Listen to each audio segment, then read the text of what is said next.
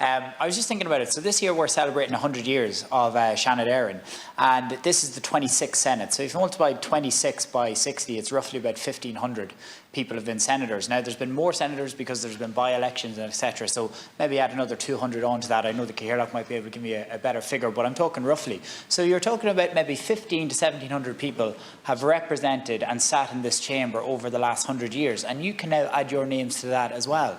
And that is incredible. The words that you have spoken today will exist on the record of the Houses of the Oireachtas for the next 100 years. People in the future will look back at the words that you have spoken to say today.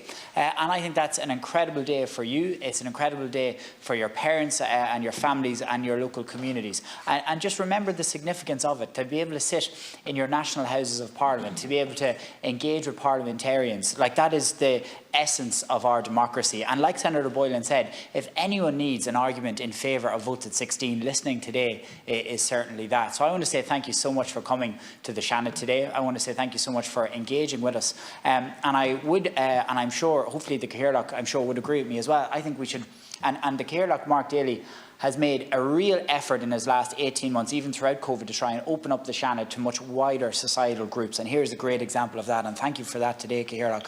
We really appreciate it. But I think that this should definitely become an annual part of our Oireachtas Committee Chair.